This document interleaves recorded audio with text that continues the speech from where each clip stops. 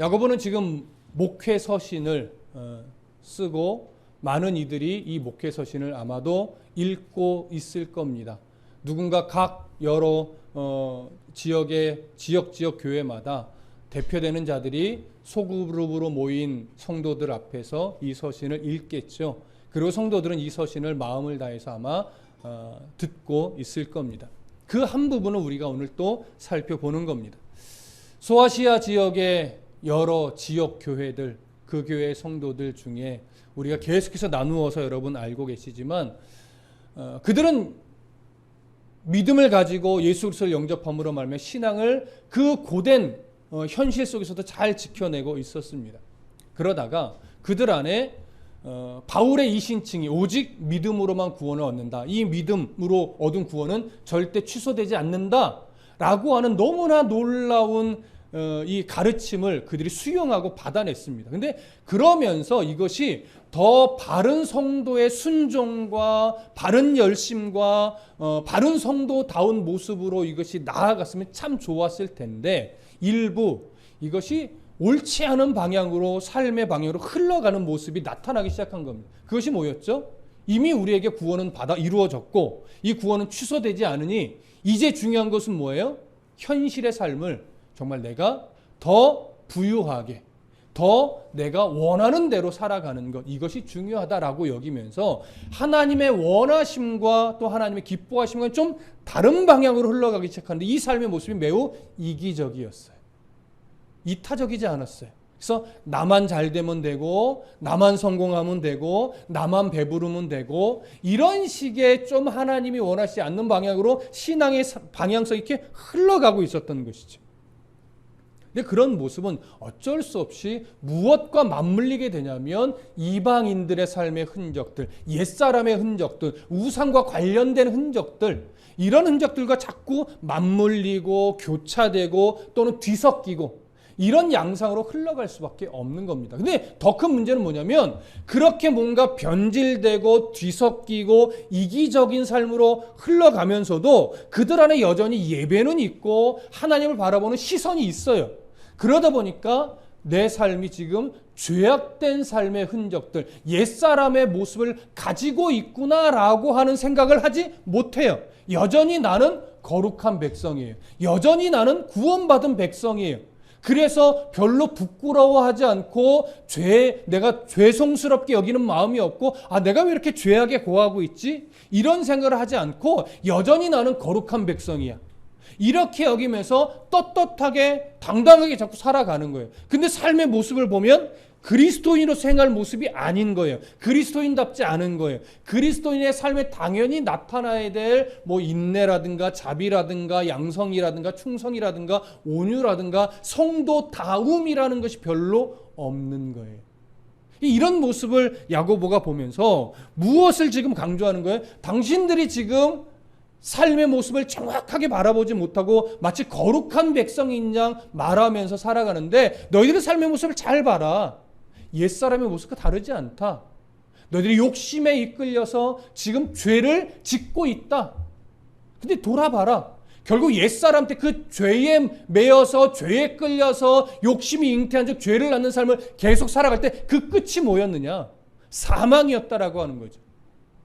너희들은 그런 사망이 결정된 자처럼 살아오다가 이미 놀라운 은혜를 받았다 이거죠. 어떤 은혜? 예수 보혈의 은혜. 그래서 그 욕심이 잉태하여 죄를 낳고 죄가 장성한 즉 사망을 낳는 그런 삶에서 바뀌어서 이제 하나님 나라의 소망을 갖고 생명 있는 자의 삶을 살게 됐는데 왜 다시 이 왜곡된 균형을 잃어버리고 다시 사망에 이르는 그런 삶의 모습을 취하고 있느냐? 돌이켜라. 이 얘기를 저번 시간까지 계속 우리가 강조하면서 나눴습니다.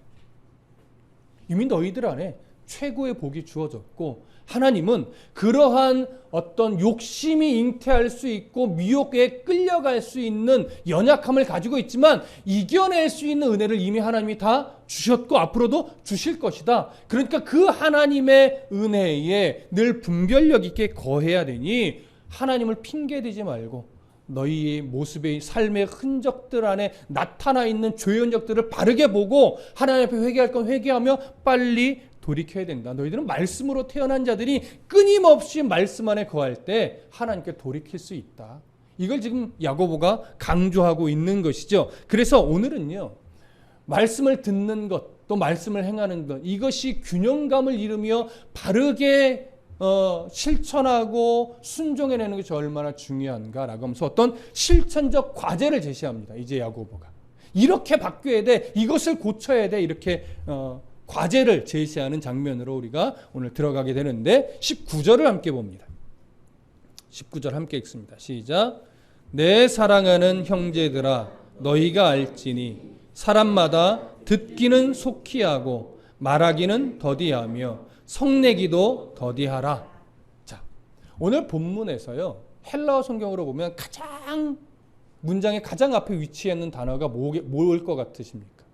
바로 여기서 너희가 알지니라는 단어가 가장 앞에 있어요. 근데 이제 한글에 우리들의 어감으로 번역하다 보니까 가장 먼저 무엇을 얘기해? 내 사랑하는 형제들아, 이걸 먼저 얘기하지만 강조점은 너희가 알아야 한다, 여기에 강조점이 있어요. 이제 강조점이 여기에 있다는 건 일단 알아두시고 야고보가 대상을 이렇게 표현하죠. 내 사랑하는 형제들아. 당연히 내 사랑하는 형제들아에 속한 대상이 누구겠습니까? 모든 성도들이죠.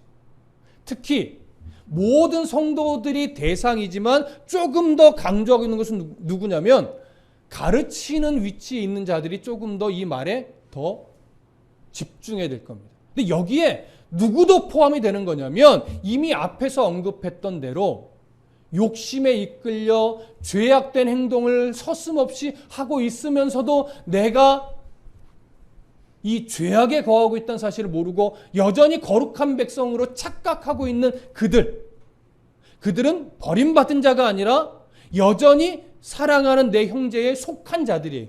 무슨 말씀 이해되시죠? 그래서 그렇게 지금 죄악된 삶에 거하고 있는 성도들도 이 권면의 대상자고, 특히 이런 것들을 마땅히 바르게 가르쳐야 될 가르치는 위치에 있는 자들도 더 중요한 대상이고, 뿐만 아니라 모든 성도들도 이 교훈의 대상자입니다.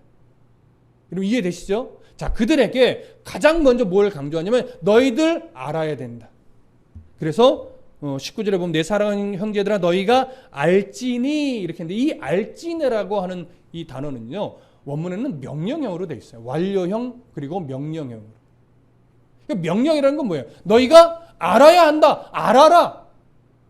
이걸 이야기하는 거죠. 그래서 매우 중요한 강조점을 지금 이야기하는 거예요. 너희는 알아라.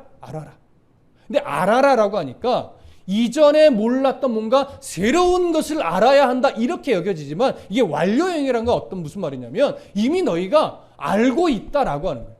알고 있는데 그 알고 있던 것을 간과하고 알고 있는 대로 순종하지 않고 살아오던 그것을 다시금 바르게 순종해내며 살아가야 된다. 그러니까 기억해내야 된다. 이런 의미도 돼요. 그러니까 기억하라, 알아라. 너희들이 이미 가지고 있고 알고 있는데 그 알고 있는 것을 바르게 기억해내지 않고 순종해내지 않고 있었지만 이제는 기억해내고 순종해내야 한다. 이게 강조되는 거예요. 그것을 오늘 원문에서 어떻게 돼요? 알아라. 이렇게 이제 번역이 되는 거죠. 그러니까 의미상 풀어보면 기억해내라. 이전에 알고 있던 그것을 기억해서 바르게 순종해내야 된다. 이 얘기를 하는 겁니다. 자, 그럼 생각해 보십시오. 이미 이 수신자들이 이미 알고 있던 것, 알고 있으면서도 바르게 기억하지 않고 바르게 순종해내지 못했던 것이 무엇이겠습니까? 이미 야고보가 앞에서 언급을 했어요. 하나님은 완전하고 불변하신 하나님으로서 이미 우리에게 좋은 은사를 주셨어요. 모든 믿음의 시련을 이겨낼 수 있는 은사들을 주셨어요. 또 온전한 선물을 주었어요. 변하지 않는 구원의 백성이라는 거, 하나님의 자녀라고 하는 이 신분 우리에게 주셨어요. 그리고 우리를 무엇으로 낳으셨다고 했어요? 진리의 말씀으로 낳으셨다고 했어요. 이미 우리에게 뭐가 새겨져 있어요? 우리를 구원의 백성 삼으신 진리의 말씀, 복음도 새겨져 있어요. 자, 이것이 중요하기 때문에 이것들을 다시금 기억해내야 돼요. 근데 기억해내야 되는데 무엇을 결심하며 기억해내야 돼요? 말씀대로 내가 순종하며 살아내야지. 이걸 결심하며 기억해내야 돼요. 그래서 이것을 기억해내고 순종하기 위해서 야고보가 이렇게 권면하는 거예요. 사람마다 듣기는 어떻게 하고? 속히 하고, 말하기는 더디하며, 성내기도 더디하라. 조금 더 야고보의 감정을 실으면, 자, 모든 성도들아, 그리고 지금 악한 행실에 거하고 있으면서도 그것이 죄인 줄 생각 못하고 거룩한 백성인 양 착각하고 살아가고 있는, 그래도 살아가는 성도들아, 또 가르치는 위치에 있는 성도들아, 듣기는 속히 하라. 강조되는 거예요. 말하기는 더디하라. 명령하듯이. 성내기도 어떻게 하라? 더디하라. 자, 이렇게 모든 성도들에게 지금 실천적 과제를 3가지를 제시하는데 하나하나 좀 차분히 살펴봅니다. 첫 번째 뭐예요? 듣기는 속히 하라. 듣기는. 자, 무엇을 듣는다는 걸까요? 학자들의 견해가 2가지로 갈라집니다. 하나님의 말씀을 듣는 것에 있어서는 속히 해야 된다. 또 한 부류는 사람의 말을 듣는 것에 있어서 속히 해야 된다. 여러분, 하나님의 말씀을 의미할까요? 사람의 말을 의미할까요? 이걸 굳이 구분할 필요가 있을까요? 구분할 필요가 없을 겁니다. 성도는 하나님의 말씀도 속히 들어야 되고 사람의 말도 잘 들어야 됩니다. 하지만 지금 야고보의 심정 가운데 무게중심은 어디에 조금 더 있을까요? 당연히 하나님의 말씀에 있지요. 하나님의 말씀을 듣는 것, 또 사람의 말을 듣는 것. 하나님의 말씀을 속히 듣고 사람의 말도 경청해서 들을 수 있어야 돼요. 자, 그러면 여기서 속히 들어라 라고 할 때 속히 듣는 것은 빨리 듣는데 강조점이 있을까요? 많이 듣는데 강조점이 있을까요? 여기서 잘 분별하셔야 돼요. 야고보의 강조점은요, 빨리 듣거나 많이 듣는데 강조점이 있는 것이 아니라 분별해서 듣는데 강조점이 있는 거예요. 그래서 속히 들어라 하니까 이게 좀 우리가 오해할 수 있어요. 아, 빨리 들어야 되는구나, 먼저 들어야 되는구나, 이렇게 오해할 수 있지만 그런 의미가 아니라 분별해서 들으라는 거예요. 그러니까 하나님의 말씀이라면 우리는 분별해서 듣는데 더 집중해야 되는 것이고, 사람의 말이라면 어떻게 이해되겠습니까? 경청하는데, 잘 들어주는데, 이런 데 초점이 있는 거예요. 이것이 속히 하라는, 듣기는 속히 하라는 말의 의미가 되는 겁니다. 그럼 여러분, 분별력 있게 하나님의 말씀을 듣는다, 또 분별력 있게 경청하며 사람의 말을 듣는다라고 할 때 여기서 야고보가 집중하는 건 뭐냐면, 하나님의 말이라고 해서 선포되어지는데 잘 분별할 때 무엇을 걸러내라는 거예요. 정말 하나님의 마음에 합한 말인가? 하나님의 말이라고 하지만 하나님의 마음에 합하지 않은 말인가? 이걸 잘 분별해야 된다라고요. 오늘날의 시대에 더 필요한 거예요. 왜? 인터넷만 열어도 수 없는 하나님의 말씀이라고 하면서 외쳐대는 소리들이 너무나 많기 때문에. 그러나 우리에게는 아직 신학적 기준이 부족해요. 이것이 신학적으로 옳은가 그른가를 분별하기에 때로는 아주 애매모호한 것들이 상당히 많아요. 그래서 우리가 1차적으로 기준을 삼아야 되는 게 뭐라고 말씀드렸어요? 첫 번째, 우리 안에 불안을 심는가? 우리 안에 뭔가 걱정을 심는가? 부정적인 마음을 들게 하는가? 기성교회에 대해서 자꾸 부정적인 이미지, 나쁘다, 틀렸다, 이런 이미지를 심게 하는가? 기성교회 목회자들에 대해서 거부감을 만들어내는가? 그렇다면 여러분, 옳은 거예요? 틀린 거예요? 틀린 거예요. 하나님의 말씀이 바르게 선포되어질 때는 기성교회는 틀렸어, 기성교회 목사님들은 잘못하고 있어, 불안해, 조심해야 돼, 이런 마음을 심는 것이 아니라 일단 하나님 나라의 백성으로서 평안을 조장해야 되고, 우리가 기성교회가 다 옳은 것은 아니지만 부정적으로 바라보게 되는 것이 아니라, 내가 뭘 고쳐가야 될까? 내가 뭘 바꿔가야 될까? 이렇게 내가 더 성도답게 바꾸는 데 초점을 맞추는 것이지, 여기도 틀렸고 저기도 틀렸고 이건 나쁘고 이건 위험하고 뭐 불안해하고 이렇게 조장이 되는, 이건 기본적으로 하나님의 말씀을 가장하고 있지만 잘못된 거예요. 우리가 아직 신학적 기준이 분명하지 않으니까 일단 그런 쪽의 분별력을 가지고 정말로 하나님의 나라 백성답게 우리 안에 유익하게 교회의 덕을 세울 수 있게, 내가 더 성도다워질 수 있게, 그래서 우리가 성령이 맺게 하신 9가지 열매들을 우리가 맺을 수 있도록 돕는 메시지인가? 하나님을 하나님 되게 바라보게 하는 그런 메시지인가? 아니면 우리만의 자꾸 부정적인 요소들을 가득가득 만들어내는 말씀인가? 이걸 잘 분별하시라는 얘기예요. 기본적으로 이런 분별력을 가지고 우리가 인터넷이든 무엇이든 말씀을 잘 분별하여 듣는 것이고, 또한 사람의 말도 마찬가지죠. 이것이 일상의 대화일 때는 잘 경청해 줘야 되는 것이고, 일상의 대화임에도 불구하고 이것이 어떤 종교적인 색채를 띈다면 마찬가지로 지금 여러분들에게 제시했던 이런 기준으로 그 사람이 하는 말이 뭔가 부정적인 걸 조장하는 말인가, 아니면 하나님을 더 사모하게 하고 내가 성도답게 나를 더 겸손하게 하고 성도를 유익하게 하는 이런 부류의 말인가를 잘 분별해서, 이것이 뭔가 부정적이고 공포, 불안을 조장하는 말이라면 뭐 해야 돼요? 걸러야 돼요. 대놓고 싸우란 얘기는 아니지만 그걸 깊이 귀담아서 들을 필요는 있어요, 없어요? 없어요. 그냥 듣고 흘려보내시고, 내가 성도답게 유익하게 하고 교회를 유익하게 하고 하나님 나라의 백성으로서 내 안에 소망을 갖게 하는 그런 말이라면 잘 귀담아 듣고 마음에 새겨도 됩니다. 그래서 제가 저번에도 그런 말씀드렸죠. 성경을 해석하는 부분에 있어서는 제 설교가 여러분들에게 매우 유익할 겁니다. 왜? 제가 그 부분에 최선을 다하고 있으니까. 하지만 조금 더 삶의 현실에서, 현장에서 무엇인가를 접목하고 적용하는 부분이라면 저는 좀 약해요. 왜? 그쪽에 좀 집중하는 설교가 아니기 때문에. 그럴 때는 제가 어떤 분의 설교를 좀 많이 들어보라고 권해요?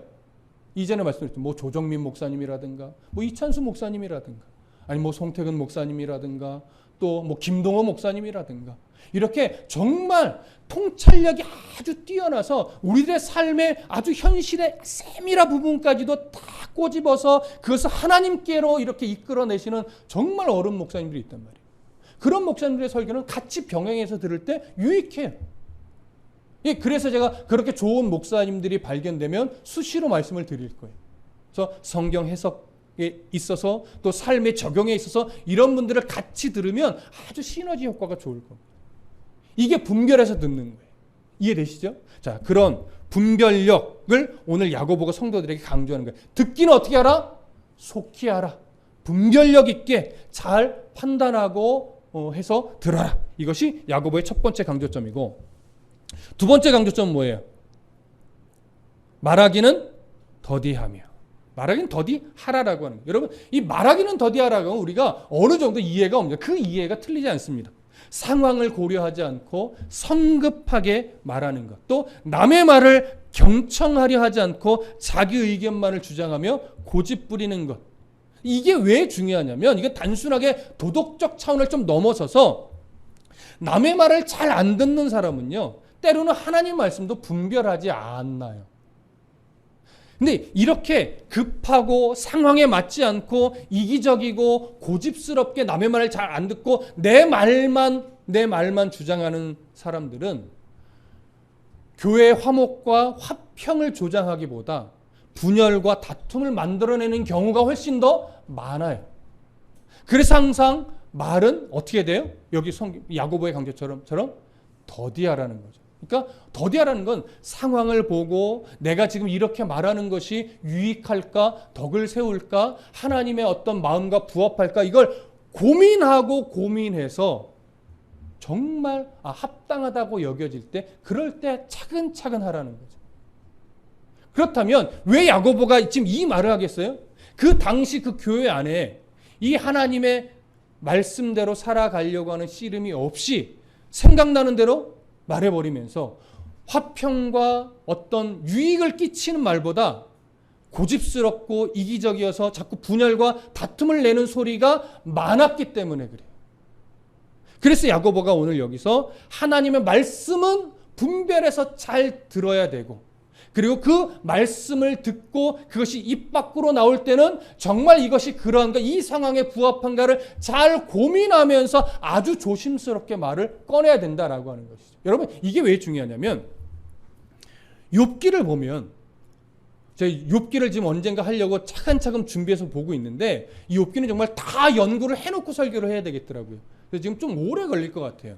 근데 욥기를 제가 연구를 계속 해 나가는 중에 보면 욥을 바라보는 세 친구들이 정말 나름대로 하는 한 말 한 말을 보면요, 정말 거룩한 말들이에요. 야, 어떻게 이런 표현을 할 수 있을까? 그런데 놀라운 건 하나님이 그 친구들의 말을 인정을 해요, 안 해요? 안 해요. 그 말이 틀려서일까요? 아니, 그 말이 틀려서가 아니에요. 물론 잘 보면 말이 틀린 것도 있지만 전반적으로 보면 말이 틀려서 하나님이 인정하지 않은 것이 아니라 하나님을 바라보는 욥의 마음을 그들이 바라보지 않아요. 또 욥을 향한 하나님의 마음을 바라보지 않아요. 그냥 욥이 하나님 앞에 불평하고 원망하는 몇 가지, 그 정말 처절한 상황 속에서 자기도 모르게 터져 나왔던 이 원망의 말들을 그냥 액면 그대로 바라보면서 너 이게 틀렸고 이게 틀렸고 이게 잘못됐고 이게 아니야, 이러면서 말은 거룩하고 옳은 말인데 그의 마음을 보지 않고, 그를 향한 하나님의 마음을 보지 않고, 하나님을 향한 욥의 마음을 보지 않고 그냥 거룩한 말만 내뱉어요. 상황에 맞지 않아요. 마음을 보지 않아요. 공감하지 않아요. 이게 없으니까, 공감이라는 게 없으니까 하나님은 그 말 액면은 너무나 맞지만 하나님은 인정하지 않는 거죠. 뭘 한 거예요? 말을 더디하지 않고 함부로 상황과 욥의 마음을 보지 않고 내뱉은 거죠. 가볍게 얘기하면 이렇게 얘기할 수 있는 거예요. 그러니까 우리도 그래서 조심해야 돼요. 교회 공동체 안에서 더 조심해야 되죠. 그러면서 이것을 세 번째로 어떤 말로 연결하냐면 성내기도 어떻게 하라? 더디하라. 이 성내기도 더디하라고 하는 것은요, 결국 첫 번째와 두 번째의 균형감을 잃어버릴 때 나타나는 현상이에요. 하나님의 말씀을 분별하여 들으려고 하는 이 씨름을 하지 않고, 또 말하기를 조심하거나 상황에 맞거나 어떤 공감함이 없이 이기적인 말, 내 고집이 담긴 말만 그냥 툭툭 던질 때, 이런 두 가지가 올바르지 않게 되면 내 안에 자연스럽게 스며나오는 것이 뭐냐면 분이에요, 분. 그래서 오늘 여기서 성내기를 할 때 이 성낸다라고 하는 것은 결국 우리 마음속에 깊이 뿌리 박혀 있는 분이에요. 여러분 잘 생각해 보십시오. 제 안에, 이렇게 온유한 목사 안에, 죄송합니다, 분이 있을까요, 없을까요? 저도 있어요. 근데 이 제 안에 있는 분이 하나님의 말씀과 또 말을 더디하는 이 씨름을 하지 않으면 저도 모르게 뭐가 나요? 분이 터져 나와요. 근데 모든 사람이 이 분이 너무 쉽게 나오는 상황이 뭔지 아십니까? 보통 운전할 때. 운전할 때는요, 뇌를 거치지 않고 나와요. 분이. 이 웃는 사람들은 대부분 경험하거나 아주 가까이에서 본 거예요. 저도 그랬어요. 저희 집 사람들 옛날에 보면 저도 운전할 때 막 어이 뭐야 막 이러면서 제 안에 있는 분이 머리를 거치지 않고 툭툭 나올 때가 있어요. 근데 어느 순간 내가 목사인데, 내가 하나님 말씀을 보는 사람인데 왜 내가 그거 하나 참지 못하고 뇌를 안 거치고 이렇게 그러니까 성내는 말이 운전할 때 툭툭 나오지? 이러면서 제가 이제 노력을 했어요. 노력을. 그러다 보니까 에휴 껴라. 그래 네가 먼저 가라. 이렇게 이제 점점 바뀌어가다 보니까 웬만해서는 운전할 때 이렇게 성질을 잘 내지는 않습니다. 여러분 이거 노력이 필요해요. 하나님의 말씀을 분별하게 듣고 말하기를 더디하는 씨름을 해야 어떤 상황 속에서도 내가 내 안에 감추어져 있는 분이 이렇게 툭툭 나오는 걸 조절할 수가 있어요. 그래서 분노를 통제하지 못하면요, 무엇을 못 듣게 되냐면 하나님의 말씀을 분별하게 듣지 못하게 돼요. 그리고 다른 사람의 말도 잘 듣지 않게 돼요. 그래서 이로 인해서 또 분별력을 잃는 것이고, 이로 인해서 절제를 못하게 되는 것이고, 또 이렇게 되면 내 안에 있는 분이 이렇게 절제함을 이루지 못하고 그냥 어떤 상황에서 툭 튀어나오고, 이런 상황이면 툭 튀어나오는 거예요. 그러면 이제 거기서 뭐가 자꾸 잃어버려요? 성도다움이라는 게 자꾸 잃어버려지게 되는 거예요. 잘 생각해 보십시오. 내 안에 그런 분노가 일어나오는 상황들을 잘 보면 정말 누구도 인정할 수 있는 의로운 분일 경우가 몇 번이나 될까요? 대부분 다 아주 사소한 거예요. 그게 물론 내가 약한 부분이지만 대부분요 어떤 자존심의 문제, 아주 개인적인 자존심의 문제, 때로는 너무나 자만해서, 때로는 자기 주장이 너무 강해서, 때로는 관용이 없어서, 불관용이어서, 때로는 내가 너무나 완고해서, 여러 가지 이유죠. 그래서 분이 나고 화를 내고 절제함 없이 그냥 승질을 내기도 하고, 이런 게 그래서 나오는 겁니다. 근데 야고보가 왜 이 세 가지를 얘기하냐면요, 교회가 교회답게 건강하게 세워지기 위해서 정말 필요한 게 이 세 가지 요소예요. 이 세 가지 요소가 균형감을 잃어버리고 함부로 나타나기 시작할 때 교회는 절대 건강하게 세워질 수 없기 때문에 그렇습니다. 그래서 이 세 가지 요소는 교회 공동체를 바르게 세워가는 데 있어서 정말 필수적인 요소예요. 교회 공동체가 하나님의 말씀을 분별하여 듣는 일에 최선을 다하지 않는다면 교회가 될 수 있을까요? 교회가 될 수 없죠. 그 하나님 말씀을 분별하여 듣는 씨름에 애쓰는 교회 공동체가 말하는 데 있어서 더디함이 없이 그냥 생각나는 대로 막 해버린다면 그 공동체가 건강하게 세워질까요? 자꾸 와해될까요? 그럼 와해될 수밖에 없는 거예요. 그 와해되어가는 교회 공동체를 가만 바라보면 곳곳에 뭐가 일어나요? 자기의 분냄이 막 곳곳에 터져 나오는 거예요. 절제함이 없어요. 그게 그런 교회의 특징이죠. 근데 건강한 교회를 보세요. 건강한 교회를 보면요, 나쁜 일이 없는 것이 아니라 어렵고 힘들고 나쁜 일이 있음에도 불구하고 이것이 말하기를 더디하고 성내기를 더디하면서 이것이 기다려주고 양보해주고 내가 좀 손해보려고 하고 이러면서 하나둘씩 아구가 맞아들고 톱니바퀴가 맞아 들어가면서 교회가 세워져 가는 거예요. 어느 교회든 무조건 다 나쁜 일이 없어서 건강하게 세워지는 것이 아닙니다. 이 세 가지 요소를 지켜내고 균형감을 이루기 위해 각자가 목회자부터 성도에서부터 직분자 이르기까지 다 노력하는 거예요. 애쓰고 힘쓰고 그러다 보니까 점차 아구가 맞아 들어가면서 아주 튼튼한 교회가 되어가는 거죠. 튼튼하다는 것은 하나님이 기뻐하는 교회라고 하는 것이죠. 지금 우리 다드림교회가 그렇게 지금 아구가 뭐하고 있어요? 맞아가고 있는 거예요. 아직도 우리는 더 맞아가야 돼요. 더 우리 훈련해야 되고 더 씨름해야 되죠. 정말 우리 교회가 하나님이 보시기에 이렇게 이 세 가지 요소에 최선을 다해서 서로가 노력하면서 하나님이 기뻐하시는 건강한 교회가 되기를 정말 소망합니다. 자, 20절 함께 볼까요? 이게 왜 또 중요하냐? 함께 읽습니다. 시작. 사람이 성내는 것이 하나님의 의를 이루지 못함이니라. 이 성내는 것은 조금 전에 했던 세 가지 요소 중에 세 번째 요소에 해당하죠. 그러면서도 이 세 번째 요소를 결과적 요소로 보는 거예요. 야고보는. 하나님의 말씀 분별하여 듣는 것, 말하기를 더디하는 것, 이 두 가지 요소가 깨어질 때, 균형감을 잃어버릴 때, 조화를 이루지 못할 때 우리 안에 있는 성냄, 분냄이 자꾸 툭툭 유발되는데 이 성내는 것은 결국 교회를 어떻게 만들어요? 와해시켜요. 하나님 기뻐하는 교회가 되지 못하게 만드는 거죠. 그래서 분열과 다툼이 일어나게 되는 것이죠. 근데 이것을 야고보가 무엇을 이루지 못한다고 말하냐면 하나님의 의를 이루지 못한대요. 여기서 말하는 하나님의 의는 하나님의 성품으로서의 의라기보다 하나님이 성도에게 요구하시고 원하시는 삶의 방식으로서의 의를 말합니다. 교회다워지기 위해서 교회가 마땅히 가져야 될 교회의 모습, 목회자라면 목회자가 마땅히 이 땅에 살아가면서 가져야 될 목회자로서의 삶의 방식이나 모습들, 또 성도라면 성도가 마땅히 교회 안에서 또 교회 밖에서 마땅히 가지고 있어야 될 삶의 방식들, 이런 것들이 하나님의 의의란 말이에요.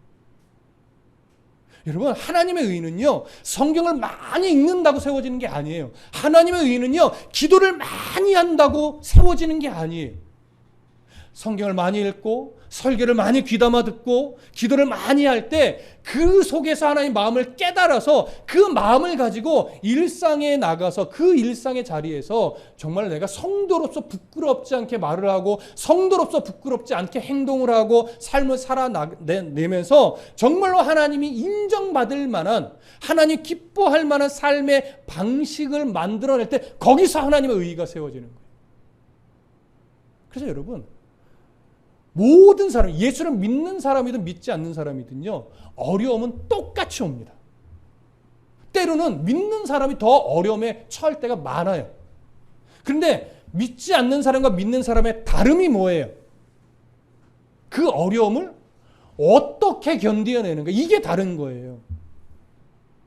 내 앞에 놓인 문제도 그렇고 좋은 일도 그렇고 어떤 정말 놀라운 일도 그렇고 그런 것을 바라보는 시선이 다른 세상 사람과 다르고 그것을 견뎌내는 어떤 방식이 다르고 그것을 대하는 어떤 방식이 다를 때 거기서 성도다움이 오는 거예요. 똑같이 욕심부리면 거기서 하나님의 거룩하심이 드러나지 않죠. 똑같은 어려운 상황에서 이 세상 하나님 모르는 사람은 그저 절망해요. 근데 예수를 믿는 사람도 같이 절망해요. 그러면 하나님이 드러나지 않아요. 힘든 상황을 견뎌내는 태도와 시선과 어떤 방식이 달라야 돼요. 어떤 좋은 일이 일어났을 때도 그 좋은 일을 가지고 그 좋은 일을 바라보는 시선과 태도가 달라야 돼요. 이러면 우리는요, 하나님의 도우심 때문에 좋은 일이 일어나는 거예요. 그럼 그 좋은 일은 나 드러내라고 좋은 일이 있는 것이 아니라 그 좋은 일을 가지고 무엇을 만들어내야 돼요? 하나님의 아름다움을 만들어내요. 그래서 좋은 일은 우리는 흘려보내죠. 그래서 이런 말 하잖아요. 공부를 왜 합니까? 라고 하면 그리스도인들은 뭐라고 말해야 돼요? 남 주기 위해서, 흘려보내기 위해서. 나 성공하고 나 돈 많이 벌고 나 출세하려고만 공부를 많이 하는 것이 아니라 왜 공부를 열심히 하고 왜 성실하게 살아내느냐? 그것을 더 좋은 곳에 흘려보내기 위해서. 그래서 저는 우리 교회 청년들이 정말 돈 많이 벌었으면 좋겠어요. 왜요? 그 물질과 그 지식과 그 재능들을 흘려보내야 될 것이 많단 말이에요. 하나님의 나라와 의의를 위해. 그걸 위해서 돈도 많이 버시고 그걸 위해서 성실하게 일해서 때로는 높은 자리도 올라가시고 때로는 대통령도 좀 나오세요. 왜요? 너무나 많은 우리나라 역사 속에 교회 장로이며 교회 모이며 교회 직분자라고 하면서도 하나님 보시기에 부끄럽게 나라를 다스리는 분이 참 많아요. 이게 교회가 오히려 더 욕을 많이 먹죠. 이런 차원에서 참 이 한 나라를 하나님의 가치관을 가지고 다스리는 게 참 어려운 일이지만 정말로 내가 하나님 보시기에 부끄럽지 않게 하나님이 주신 지혜를 가지고 이 나라를 한번 바르게 통치라는 말은 좀 너무나 권위적이구나. 정치해 보리라. 이런 어떤 용기 있고 소망 있는 그런 청년들도 좀 나왔으면 좋겠어요. 그런 차원에서. 그러나 그런 청년들이 막 정치판에 휩쓸려가지고 또 똑같이 되는 이런 일은 좀 벌어지지 않았으면 좋겠고. 여러분 이해되시죠? 이렇게 하나님 보시기에 아름다운 삶의 방식으로 삶을 살아내는 그런 은혜가 있기를 소망합니다. 자, 성내는 것, 절대 하나님의 의를 이루지 못한다는 것, 그러니까 균형감을 놓치고 조화를 이루지 못할 때, 또 절제함을 잃어버릴 때, 그래서 나오는 성냄은 절대 어디서든 하나님의 의를 이룰 수 없습니다. 그래서 성도가 어떤 나라적으로 또 어떤 상황적 무슨 일이 있을 때 어떤 운동하듯이 시위하듯이 나갈 때는 틀린 것이 아니라 아주 분별력을 잘 가지고 움직이셔야 돼요. 정말 그 시위가 그 어떤 주먹을 불끈지는 일들이 하나님도 인정하실 만한 일인가를 분별해서 이건 하나님도 인정하실 만한 거다 하면 나가셔도 돼요. 그래서 고민과 분별이 필요해요. 그래서 나간 사람을 손가락질 할 필요가 없고 그것에 좀 중도를 지켜서 안 나가는 사람도 우리가 함부로 손가락질해서는 안 돼요. 각자의 판단과 분별이 있을 테니까 그걸 우리는 존중할 수 있어야 됩니다. 자, 그 다음에 마지막 21절 함께 읽습니다. 11절 시작. 그러므로 모든 더러운 것과 넘치는 악을 내버리고 너희 영혼을 능히 구원할 바 마음에 심어진 말씀을 온유함으로 받으라. 자, 여러분 어렵지 않습니다. 모든 더러운 것과 넘치는 악이라고 하는 것은 이제 적극적인 실천을 요구하는 건데 이건 다르게 표현했지만 똑같은 말이에요. 모든 부정함, 옳지 않은 것, 하나님이 보시기에 인정하지 않는 것들, 왜곡된 것들, 이런 것들을 뭐 하라는 거예요? 내버리라는 거예요. 근데 이 내버리라고 하는 것은 이런 의미가 있습니다. 단어적 의미는 오물이 묻은 옷을 뭐 하는 걸까요? 벗어 버리는 거예요. 오물이 묻은 옷을. 이것을 스가랴 3장 3절과 4절에 가보면 어떤 내용이 있냐면 대제사장으로 세워지는 여호수아가요, 옷을 벗어서 새롭게 거룩하고 하나님 앞에 의로운 옷을 입어요. 그래서 그것을 입기 위해 이미 이전에 입던 더러운 옷을 벗어버리는데 동일한 맥락의 단어를 사용했습니다. 그렇다면 모든 더러운 것과 넘치는 악을 내어버리라는 요구는 왜 필요한 요구냐면 우리는 누구의 자녀이니까? 하나님의 자녀이니까. 예수를 믿어 하나님 나라의 백성이 된 순간 우리에게는 어떤 옷이 입혀진 자와 같냐면 영화의 옷이 입혀진 자와 같고 말씀의 옷이 입혀진 자와 같고 진리의 옷이 입혀진 자와 같아요. 근데 우리는 자꾸 이 옷을 뭐 해요? 벗어버리고 옛날 그 오물 묻은 더러운 옷을 입고 다시 또 진흙탕 속으로 자꾸 들어가는 인생을 살으려고 해요. 그래서 오늘 야고보는요, 그것을 좀 벗어버려라. 왜 자꾸 옛날 그 오물 묻은 옷을 입고 다시 구정물로 들어가려고 하냐. 그 좀 벗어버리고 이미 너희에게 주어졌던 그 거룩한 영화의 옷을 입어라. 근데 이 영화의 옷은 언제 정말 온전하게 입혀질까요? 마지막 때. 우리가 영화의 몸으로 거듭날 때, 그때 영화로 관을 쓰고 영화의 면류관을 쓰고 또 욥기에 보면 영화의 옷을 입는다는 표현이 나옵니다. 이런 것처럼 우리는 영화로운 진리의 말씀으로 새롭게 태어난 하나님 나라의 백성이며 하나님의 자녀란 말이에요. 그래서 우리는 아직 완성된 하나님 나라에 들어간 자는 아니지만 그 나라의 백성으로서 지금 우리는 하나님의 나라를 살잖아요. 하나님 나라의 백성으로서 하나님의 통치를 받으며 그 통치 아래서 진리의 말씀을 갑옷 삼아 우리는 산단 말이에요. 그래서 영적 전투가 끝나기 전까지 전신갑주를 벗지 않는 군인처럼 우리 안에 이미 영화의 옷을 하나님이 입혀줬는데 자꾸 세상의 현실이라는 문 앞에서 이거 불편해, 이렇게 해서 어떻게 성공해, 이 옷을 입고 어떻게 이 세상을 살아 벗어던지고 자꾸 예전에 그 더럽혀진 옷을 다시 입고 그 속으로 들어가서 거기서 출세하려고 하는 이런 오류를 범한단 말이에요. 그러지 말라는 거예요. 그러지 말라는 거예요.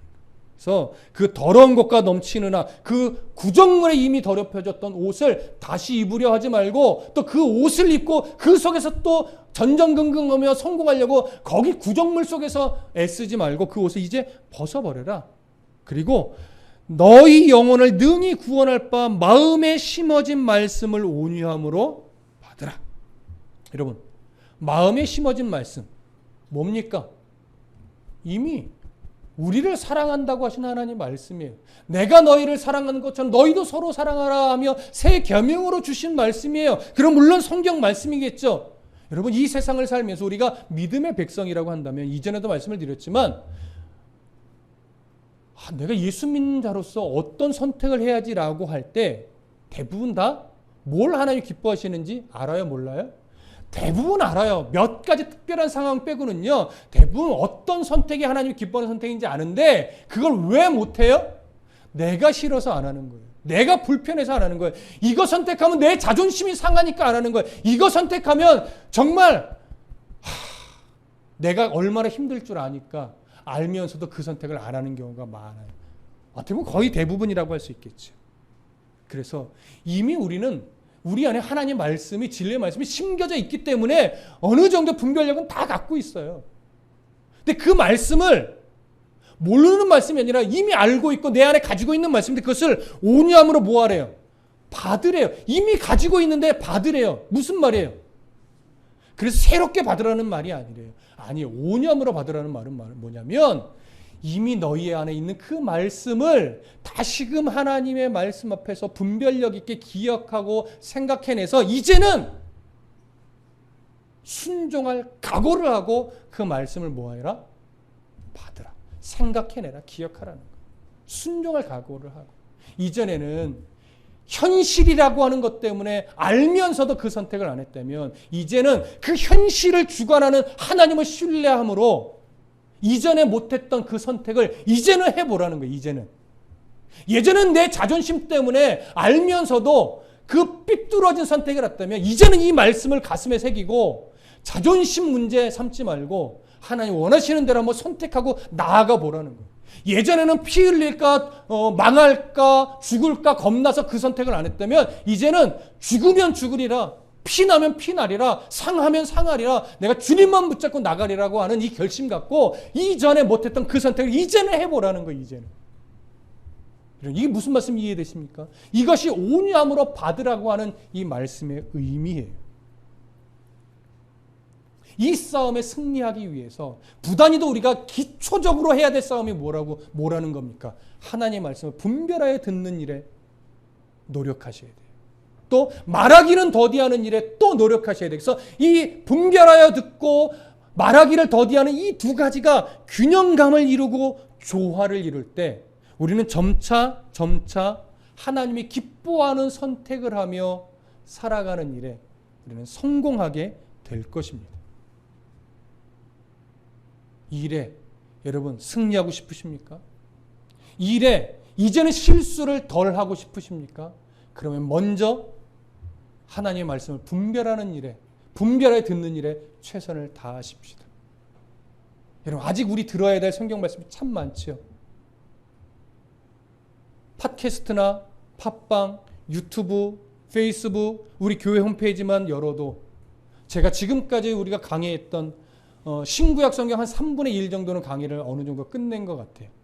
찾아보시면 다드림교회 이태희 목사 검색만 해도 그동안 했던 강의 설교가 쭉 나와요.